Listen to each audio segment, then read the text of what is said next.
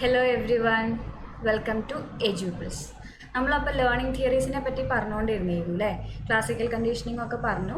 അപ്പോൾ ഇന്ന് നമ്മൾ ട്രയൽ ആൻഡ് എറർ എന്നുള്ള ലേണിംഗ് തിയറിയാണ് പഠിക്കാനായിട്ട് ഉദ്ദേശിക്കുന്നത്. അപ്പോൾ അതെന്താന്ന് നോക്കാം. അമേരിക്കൻ സൈക്കോളജിസ്റ്റ് ആയിട്ടുള്ള എഡ്വേർഡ് ലീ തൊണ്ടേക്കാണ് ഈ ട്രയൽ ആൻഡ് എറർ തിയറി കൊണ്ടുവന്നിട്ടുള്ളത്. അദ്ദേഹം ഫാദർ ഓഫ് എഡ്യൂക്കേഷണൽ സൈക്കോളജി എന്നും അറിയപ്പെടുന്നുണ്ട്. അത് ഓർത്ത് വെച്ചോളൂ, കോമ്പറ്റേറ്റീവ് എക്സാംസിനൊക്കെ ഉപകാരപ്പെടും. ഫാദർ ഓഫ് എഡ്യൂക്കേഷണൽ സൈക്കോളജി എന്നറിയപ്പെടുന്നത് എഡ്വേർഡ് ലീ തൊണ്ടേക്കാണ്. അദ്ദേഹത്തിൻ്റെയാണ് ഈ ട്രയൽ ആൻഡ് എറർ തിയറി എന്ന് പറയുന്ന ഈ ലേണിങ്ങുമായിട്ട് ബന്ധപ്പെട്ടിട്ടുള്ള തിയറി. അദ്ദേഹം പറഞ്ഞത് ലേണിംഗ് എന്ന് പറയുന്നത് ഈ സ്റ്റിമുലസും റെസ്പോൺസും തമ്മിലുള്ള ഒരു അസോസിയേഷൻ്റെ ഭാഗം, അല്ലെങ്കിൽ അതിൻ്റെ ആ ഒരു ബോണ്ട് ഉണ്ടല്ലോ, അവർ തമ്മിലുള്ള ബന്ധം ഉണ്ടല്ലോ, സ്റ്റിമുലസും റെസ്പോൺസും തമ്മിൽ, അതിൻ്റെ ഒരു റിസൾട്ടായിട്ടാണ് ലേണിംഗ് നടക്കുന്നതെന്നാണ് തൊണ്ടേക്ക് പറഞ്ഞത്. ഇനി ഈ ലേണിംഗ് തിയറിക്ക് ട്രയൽ ആൻഡ് എറർ എന്നുള്ള ലേണിംഗ് തിയറിക്ക് വേറെയും കുറച്ച് പേരുകളുണ്ട്.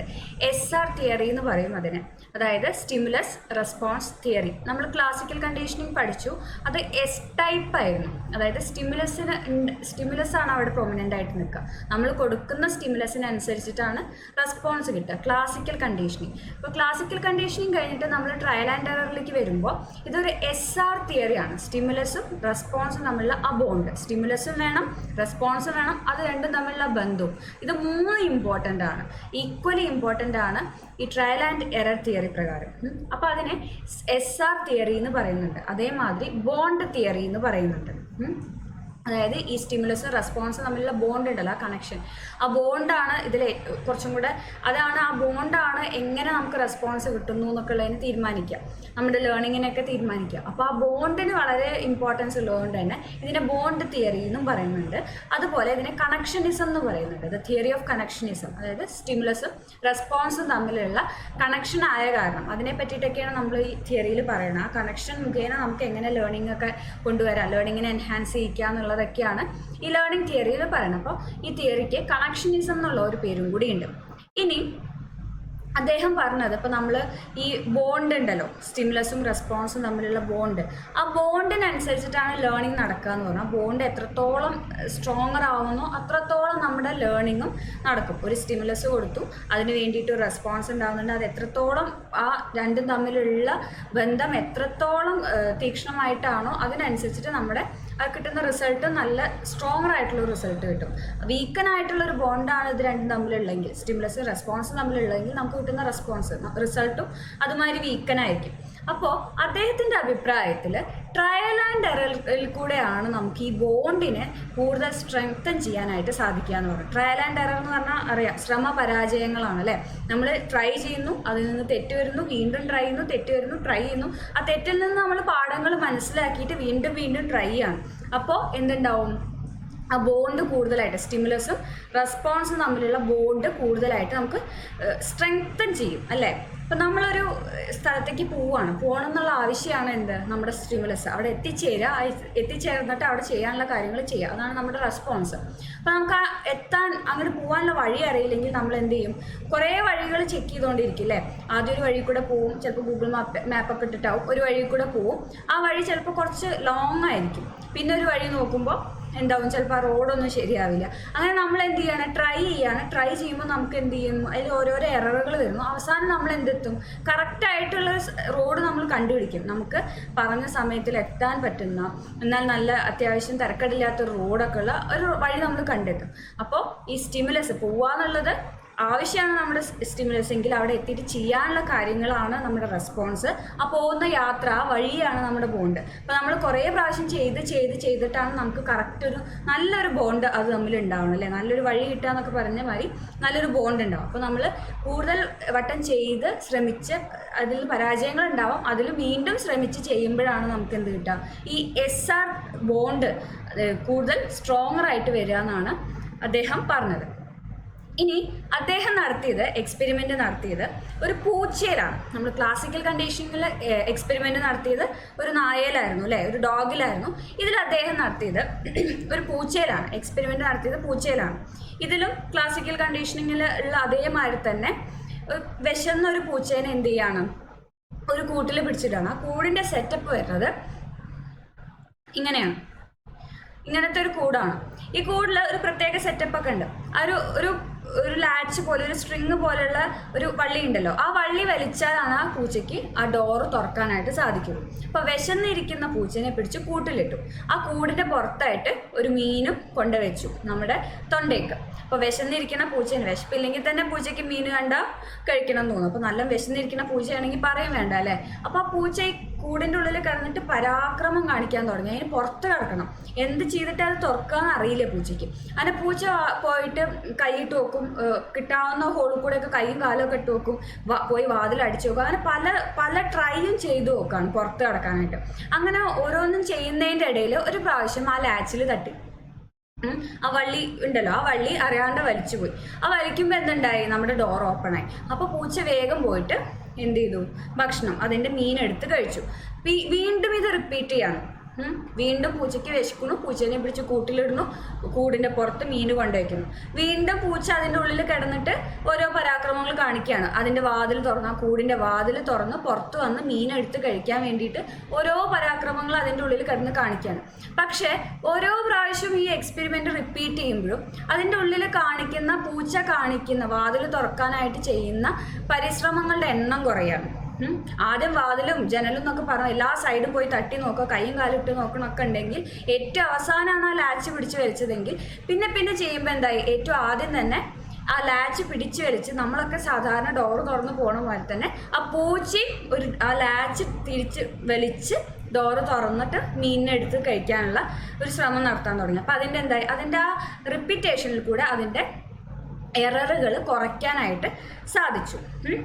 ഈ തൊണ്ടയ്ക്ക് അദ്ദേഹത്തിൻ്റെ എക്സ്പെരിമെൻറ്റിലെ ഫൈൻഡിങ്സിനെയൊക്കെ ഓരോ അസോസിയേഷൻസിൻ്റെ ബേസിസിലാണ് എക്സ്പ്ലെയിൻ ചെയ്യാനായിട്ട്, ഇൻ്റർപ്രറ്റ് ചെയ്യാനായിട്ട് ശ്രമിച്ചത്. അദ്ദേഹം എന്താ പറഞ്ഞതെന്ന് വെച്ചാൽ, ഈ ബോക്സിലുള്ള അതൊന്ന് ഞാൻ വായിക്കാം.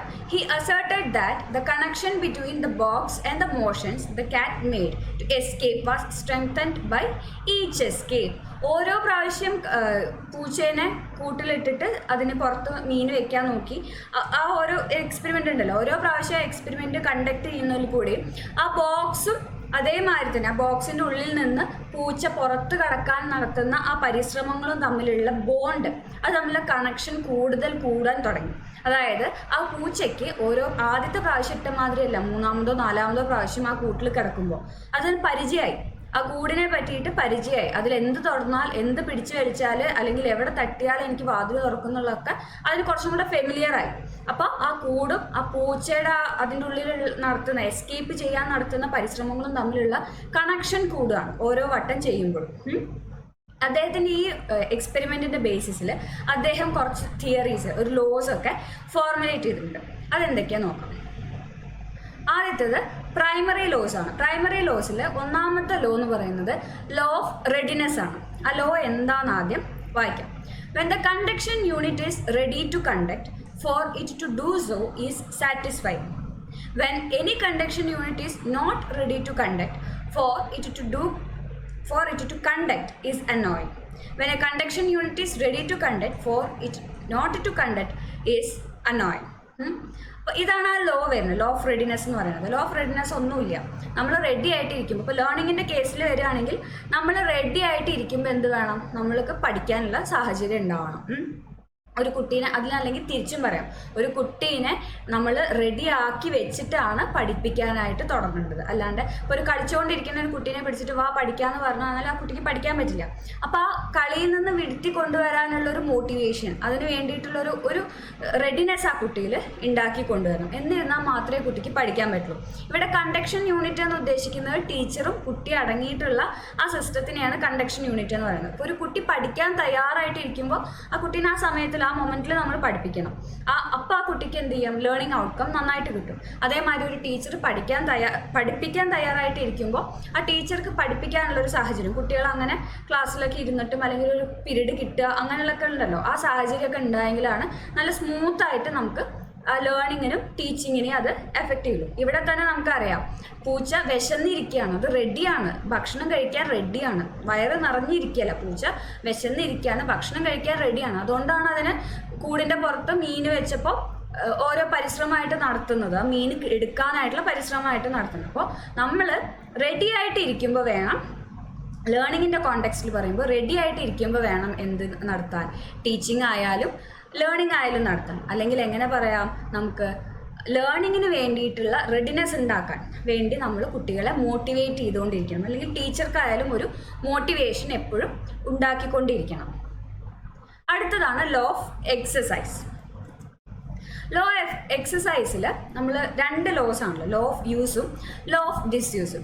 ലോ ഓഫ് യൂസ് എന്താ പറയണമെന്ന് വെച്ചാൽ, when modifiable connection is made between a situation and a response that connection's strength is other things being equal increased.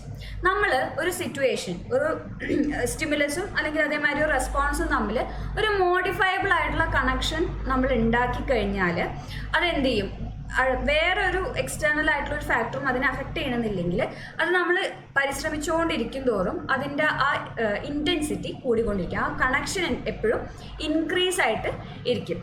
ഇപ്പം തന്നെ നമ്മൾ പൂച്ചയുടെ കേസിനെ എടുത്തു അല്ലേ, പൂച്ചേനെ ഒരു വിശന്നിരിക്കുന്ന പൂച്ചേനെ നമ്മൾ കൂട്ടിലിട്ടു. ആ കൂട്ടിലിട്ടിട്ട് ആ കൂടിൻ്റെ സെറ്റപ്പ് ഒന്നും നമ്മൾ മാറ്റുന്നില്ല, സെയിം കൂട് തന്നെ. അതായത് എക്സ്റ്റേണൽ ആയിട്ടുള്ള ഒരു കാര്യം നമ്മൾ മാറ്റണില്ല. ഇവിടെ പറയുന്ന അതർ തിങ്സ് ബീങ് ഈക്വൽ, ആ സ്റ്റേറ്റ്മെൻറ്റ് കറക്റ്റാണ് അവിടെ. അപ്പോൾ എന്ത് ചെയ്യാണ്, ഓരോ പ്രാവശ്യം ഇടുമ്പോഴും, അതായത് ഓരോ വട്ടം പ്രാക്ടീസ് ചെയ്യുമ്പോഴും വീണ്ടും വീണ്ടും യൂസ്ഡ് ആവുകയാണ് പൂച്ച, ആ കൂട്ടിൻ്റെ ഉള്ളിൽ യൂസ്ഡ് ആവുകയാണ്. അപ്പോൾ ആ പൂച്ചയും ആ കൂടും തമ്മിലുള്ള കണക്ഷൻ വളരെയധികം ഇൻക്രീസ്ഡ് ആവുന്നു. ഏറ്റവും ആദ്യത്തെ പ്രാവശ്യം ഇട്ട മാതിരിയല്ല, 3ാമത്തെ 4ാമത്തെ പ്രാവശ്യം ആ കൂട്ടിനുള്ളിൽ പൂച്ചേനെ ഇടുമ്പോൾ, പൂച്ചയ്ക്ക് ഏറ്റവും അവസാനം ഇടുമ്പോൾ എന്താണ്, വളരെ ഈസി ആയിട്ട് ആ ലാച്ച് തട്ടിയിട്ട് ഡോറ് തുറന്ന് പുറത്ത് വന്നിട്ട് അതിന് വേണ്ട മീൻ എടുക്കാനായിട്ട് സാധിക്കുന്നുണ്ട്. അപ്പോൾ നമ്മൾ എന്ത് ചെയ്യും, പ്രാക്ടീസ് ചെയ്യും തോറും നമ്മുടെ ആ സ്കില്ല് ഡെവലപ്പ് ചെയ്തെടുക്കുന്നതാണ്. Practice makes a man perfect എന്നല്ലേ പറയാം. അത് തന്നെയാണ് ഇവിടെ ഉദ്ദേശിക്കുന്നത്. നമ്മൾ യൂസ് ചെയ്യും തോറും അല്ലെങ്കിൽ പ്രാക്ടീസ് ചെയ്യും തോറും നമ്മുടെ ആ സിറ്റുവേഷനും റെസ്പോൺസും, സ്റ്റിമുലസും റെസ്പോൺസും തമ്മിലുള്ള കണക്ഷൻ ഇൻക്രീസ് ചെയ്ത് വരും. ഇപ്പോൾ ലോ ഓഫ് ഡിസ്യൂസ് എന്തായിരിക്കും, ഇതിൻ്റെ ജസ്റ്റ് ഓപ്പോസിറ്റ് ആയിരിക്കും. എന്താ നമുക്കൊന്ന് വായിക്കാം. When a modifiable connection is not made between a situation and response during a length of time, that connection strength is decreased. ഇപ്പോൾ ഒരു മോഡിഫയബിൾ ആയിട്ടുള്ള ഒരു കണക്ഷൻ ഇല്ലെങ്കിൽ, സിറ്റുവേഷനും അല്ലെങ്കിൽ സ്റ്റിമുലസും റെസ്പോൺസും തമ്മിലൊരു കണക്ഷൻ ഇല്ല എന്നുണ്ടെങ്കിൽ, അതായത് നമ്മൾ അത് പ്രാക്ടീസ് ചെയ്യുന്നില്ല, യൂസ് ചെയ്യുന്നില്ല എന്നുണ്ടെങ്കിൽ എന്താണ്, ഫോർ എ ടൈം ബീയിങ് നമുക്ക് കുറച്ച് സമയം കഴിഞ്ഞ് കഴിഞ്ഞാൽ ആ കണക്ഷൻ പതുക്കെ ഇല്ലാണ്ടായി പോകും. ആ കണക്ഷൻ്റെ സ്ട്രെങ്ത്ത് കുറഞ്ഞു വരും. ഇപ്പോൾ നിങ്ങൾ 10ാം ക്ലാസ് വരെ മാത്സ് ഒക്കെ ചെയ്ത് പഠിച്ചിട്ടുണ്ടാവും. അതുവരെ എന്തായാലും കമ്പൽസറി ആയിട്ട് ചെയ്യണം. അതിനുശേഷം നിങ്ങൾ ഹ്യൂമാനിറ്റീസ് ആണ് എടുത്തതെന്ന് വിചാരിക്കുക. അപ്പോൾ ഹ്യൂമാനിറ്റീസ് എടുത്താൽ മാത്സിൻ്റെ കണക്ഷൻ അവിടെ തൊട്ട് ഇങ്ങനെ കുറേശ്ശെ കുറഞ്ഞു വരും. ഡിഗ്രിക്ക് പോകുമ്പോൾ നിങ്ങൾ സോഷ്യൽ സയൻസുമായിട്ട് റിലേറ്റ് ചെയ്തിട്ടുള്ള ഒരു സബ്ജക്റ്റ് ആയിരിക്കും. അപ്പോൾ എക്കണോമിക്സ് ഒന്നും അല്ലെങ്കിൽ അധികവും പിന്നെ മാത്സ് റിലേറ്റഡ് ആയിട്ടുള്ള സംഗതികൾ പഠിക്കാനുണ്ടാവില്ല. പിന്നെ ബി എഡിന് വരുന്നു. അപ്പോൾ ബി എഡിന് വരുമ്പോൾ നിങ്ങൾക്ക് സെക്കൻഡ് സെമ്മിന് അസസ്മെൻറ്റിൻ്റെ ഒരു പേപ്പർ ഉണ്ട്, അതിൽ കുറച്ച് സ്റ്റാറ്റിക് പാർട്ടൊക്കെ ഉണ്ട്. ആ ഭാഗമൊക്കെ എത്തും തോറും നിങ്ങൾക്ക് എന്താവും, ബുദ്ധിമുട്ടാവും. നിങ്ങളവിടെ ഈ നിങ്ങളുടെ മാത്സ് ചെയ്യാനുള്ള സ്കില്ലിനെ നിങ്ങൾ പ്രാക്ടീസ് ചെയ്ത് ആ സ്റ്റിമുലസും റെസ്പോൺസും തമ്മിലുള്ള കണക്ഷൻ അവിടെ സ്ട്രെങ്തൻ ആക്കിയിട്ടില്ല. നിങ്ങൾ ഡിസ്യൂസ് ചെയ്യുകയാണ് അവിടെ ചെയ്യുന്നത്. ആ മാത്സ് ചെയ്യാനുള്ള എബിലിറ്റി നിങ്ങൾ അവിടെ ഡിസ്യൂസ് ചെയ്യണില്ല, കുറേ കാലമായിട്ട് ചെയ്യാണ്ട് വയ്ക്കുക. അപ്പം നിങ്ങൾക്ക് എന്ത് ചെയ്യില്ല, നിങ്ങൾ വിചാരിച്ച റെസ്പോൺസ് കിട്ടില്ല, വിചാരിച്ച മാതിരി നിങ്ങൾക്ക് മാത്സ് ചെയ്യാനോ അതിൻ്റെ ഉത്തരം കിട്ടാനോ ആ സ്പീഡൊന്നും കിട്ടില്ല. അപ്പം നമ്മൾ കൃത്യമായിട്ട് പ്രാക്ടീസ് ചെയ്യണില്ലെങ്കിൽ നമ്മുടെ സ്റ്റിമുലസും റെസ്പോൺസും തമ്മിലുള്ള കണക്ഷൻ കുറഞ്ഞുകൊണ്ട് വരുന്നതാണ് ലോ ഓഫ് ഡിസ്യൂസ് പറയുന്നത്.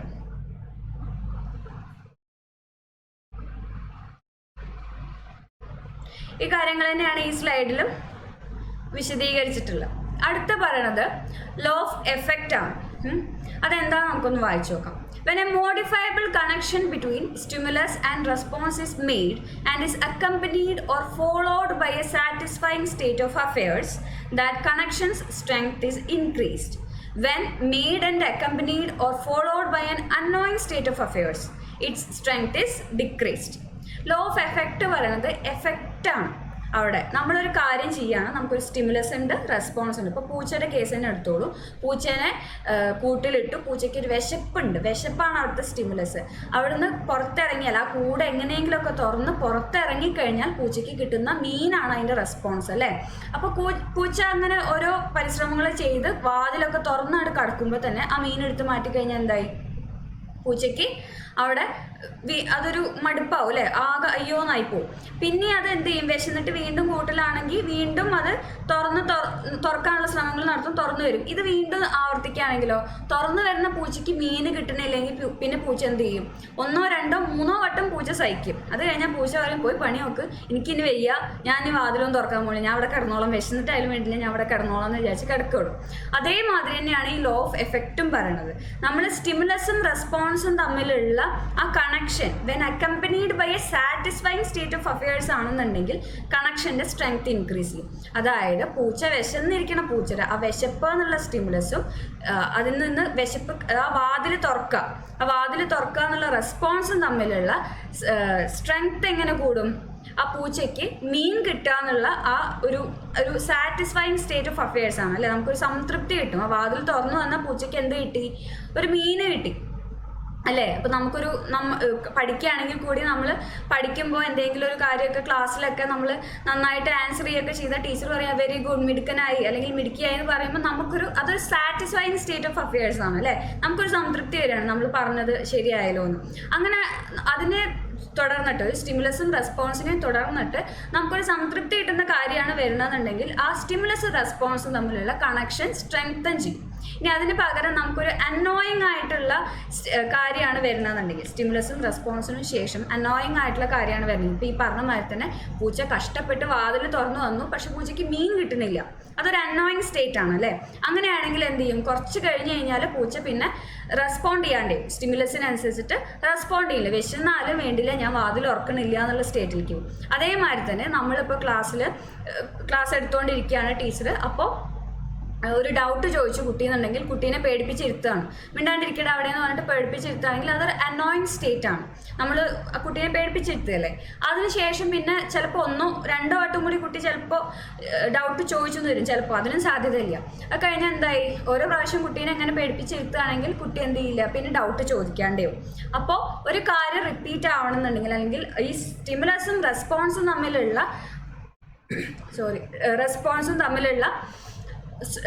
ബോണ്ട് സ്ട്രെങ്തൻ ആവണമെന്നുണ്ടെങ്കിൽ അതിനെ തുടർന്നിട്ടൊരു സാറ്റിസ്ഫൈങ് സ്റ്റേറ്റ് ഓഫ് അഫയേഴ്സും കൂടെ, അല്ലെങ്കിൽ ഒരു റിവാർഡ് അല്ലെങ്കിൽ ഒരു റീഇൻഫോഴ്സ്മെന്റ് എന്നൊക്കെ പറയില്ലേ, അതും കൂടി ഉണ്ടാവണം. അതല്ലാണ്ട് ഒരു അനോയിങ് സ്റ്റേറ്റ് ആണ് വരുന്നതെന്നുണ്ടെങ്കിൽ ഈ സ്ട്രെങ്ത് ക്രമേണ കുറഞ്ഞുകൊണ്ട് വരുന്നതാണ് ലോ ഓഫ് എഫക്റ്റ് പറയുന്നത്.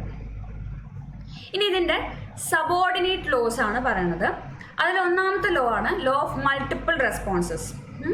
മൾട്ടിപ്പിൾ റെസ്പോൺസിൽ നമ്മളൊരു കാര്യം ചെയ്യുമ്പോൾ, ഇപ്പോൾ പൂച്ച തന്നെ കൂട്ടിലിട്ടപ്പോൾ അത് മൾട്ടിപ്പിളായിട്ട് റെസ്പോണ്ട് ചെയ്യും. വാതിൽ തുറക്കാന്നുള്ള ഒരൊറ്റ റെസ്പോൺസേ വേണ്ടുള്ളൂ, പക്ഷെ അതിനറിയില്ല അതെങ്ങനെ ചെയ്യണം എന്നുള്ളത്. വിശക്കുക എന്നുള്ള സ്റ്റിമുലസിന് വാതിൽ തുറക്കുക എന്നുള്ള റെസ്പോൺസ്, അത് കഴിഞ്ഞ് കഴിഞ്ഞാൽ അതിന് മീൻ കിട്ടും, ഒരു റിവാർഡ് കിട്ടും. പക്ഷെ അതിനറിയില്ല അതിൻ്റെ മൾട്ടിപ്പിൾ ആയിട്ടുള്ള റെസ്പോൺസ്, ജനൽ തട്ടുന്നു, വാതിൽ തട്ടുന്നു, 4 പാടും തട്ടുന്നു, കൈയിട്ട് വെക്കുന്നു, കാലിട്ട് വെക്കുന്നു, അങ്ങനെ പല തരത്തിലുള്ള മൾട്ടിപ്പിൾ ആയിട്ടുള്ള റെസ്പോൺസുകൾ ചെയ്ത് നോക്കിയിട്ട് അതിൽ ഏറ്റവും സിറ്റുവേഷന് പറ്റുന്ന തരത്തിലുള്ള ഏതാണോ അതിനനുസരിച്ചിട്ടാണ് അത് ഏതാണോ പറ്റുക എന്നുള്ളത് ഏറ്റവും അവസാനമാണ് അതിന് മനസ്സിലാവുക അല്ലേ. ഒരെണ്ണം ചെയ്ത് ശരിയായില്ല, വീണ്ടും ചെയ്ത് നോക്കും, വീണ്ടും ചെയ്ത് നോക്കാം. ചിലപ്പോൾ ഒരു സൈഡിൽ കൂടെ കൈയിട്ട് നോക്കി മീൻ കിട്ടില്ല, അപ്പുറത്തേക്ക് കൂടെ കൈയിട്ട് നോക്കി മീൻ കിട്ടില്ല, അങ്ങനെ ഓരോ മൾട്ടിപ്പിൾ ആയിട്ടുള്ള സിറ്റുവേഷൻസ് കൂടെ അത് പോവാണ്. മൾട്ടിപ്പിൾ ടൈംസ് അത് റെസ്പോണ്ട് ചെയ്യാൻ മൾട്ടിപ്പിൾ തരത്തിലുള്ള റെസ്പോൺസുകൾ നടത്തുകയാണ് അല്ലേ. അപ്പോൾ അതാണ് പറയുന്നത്, നമ്മളായാലും ഹ്യൂമൻ ബീയിങ്സ് ആയാലും ഒരു പുതിയൊരു സിറ്റുവേഷനിൽ വരുമ്പോൾ പല തരത്തിൽ റെസ്പോണ്ട് ചെയ്ത് വെക്കും. എന്നിട്ടാണ് നമ്മൾ അതിൽ ഏറ്റവും സ്യൂട്ടബിൾ ആയിട്ടുള്ള റെസ്പോൺസ് ഏതാണെന്ന് കണ്ടെത്താം. പല തരത്തിൽ റെസ്പോണ്ട് ചെയ്തിട്ടാണ് നമ്മളൊരു കാര്യം പഠിക്കുമ്പോൾ. ഇപ്പോൾ ലോ ഓഫ് ലേണിംഗ് തിയറീസ് പഠിക്കുകയാണെന്നുണ്ടെങ്കിൽ നിങ്ങൾ പല തരത്തിൽ പഠിച്ചു വെക്കും. അതിനുശേഷം നിങ്ങൾക്ക് സ്യൂട്ടബിൾ ആയിട്ടുള്ള രീതി ഏതാണെന്ന് നിങ്ങൾ ഓരോ തരത്തിലും വായിച്ച് മനസ്സിലാക്കി കണ്ടെത്തിയതിന് ശേഷമാണ് നിങ്ങൾക്ക് സ്യൂട്ടബിൾ ആയിട്ടുള്ള രീതി കണ്ടെത്തുക. അതിനുശേഷം നിങ്ങൾ ആ രീതിയിൽ പ്രിഫർ ചെയ്ത് പോകും. അപ്പോൾ ഒരു പുതിയ സിറ്റുവേഷനിൽ വരുമ്പോൾ നമ്മൾ എന്ത് ചെയ്യും, പലതരത്തിലും മൾട്ടിപ്പിൾ റെസ്പോൺസസുകൾ കൊടുക്കുന്നതാണ് പറയുന്നത്. അടുത്തതാണ് ലോ ഓഫ് ആറ്റിറ്റ്യൂഡ്. ലേണിംഗ് എന്ന് പറയുന്നത് നമ്മുടെ ആറ്റിറ്റ്യൂഡിനെ സംബന്ധിച്ചിരിക്കുന്ന, എന്ത് കാര്യം ചെയ്യാനും നമ്മുടെ ആറ്റിറ്റ്യൂഡിനെ വിചാരിച്ചിരിക്കില്ലേ. നമുക്കൊരു ആവശ്യം വേണം, ആറ്റിറ്റ്യൂഡ് ഉണ്ടാവണം. പഠിക്കണം എന്നുള്ളൊരു ആവശ്യമുള്ള കുട്ടിക്കാണ് പഠിക്കാൻ പറ്റുള്ളൂ. ഇപ്പോൾ പൂച്ചയ്ക്ക് വിശപ്പുള്ളതുകൊണ്ടാണ് അതിന് ഭക്ഷണം കഴിക്കണം എന്നുള്ള ആവശ്യം വന്നത്, അതുകൊണ്ടാണ് അത് വാതിൽ തുറന്നത്. അപ്പോൾ ആ ആറ്റിറ്റ്യൂഡിനെ ബേസ് ചെയ്തിട്ടാണ് നമ്മുടെ റെസ്പോൺസ് വരിക. ഏത് റെസ്പോൺസ് ആയാലും നമ്മുടെ ആറ്റിറ്റ്യൂഡിനെ ബേസ് ചെയ്തിട്ടാണ് വരിക. അടുത്തതാണ് ലോ ഓഫ് അനലോജി. അനലോജി എന്ന് പറയുമ്പോൾ നമ്മൾ പ്രീവിയസ് ആയിട്ടുള്ള ചെയ്തു പോയ കാര്യങ്ങളൊക്കെ കമ്പയർ ചെയ്തിട്ടാണ് നമ്മൾ ഒരു അതുപോലെ വരുന്ന സിമിലർ സിറ്റുവേഷൻസിൽ റെസ്പോണ്ട് ചെയ്യുക. അപ്പോൾ പൂച്ചനെ ആദ്യം കൂട്ടിൽ പിടിച്ചിട്ടപ്പോൾ അതിനൊന്നും അറിയില്ലായിരുന്നു, അത് മൾട്ടിപ്പിൾ റെസ്പോൺസസ് കൊടുത്തു.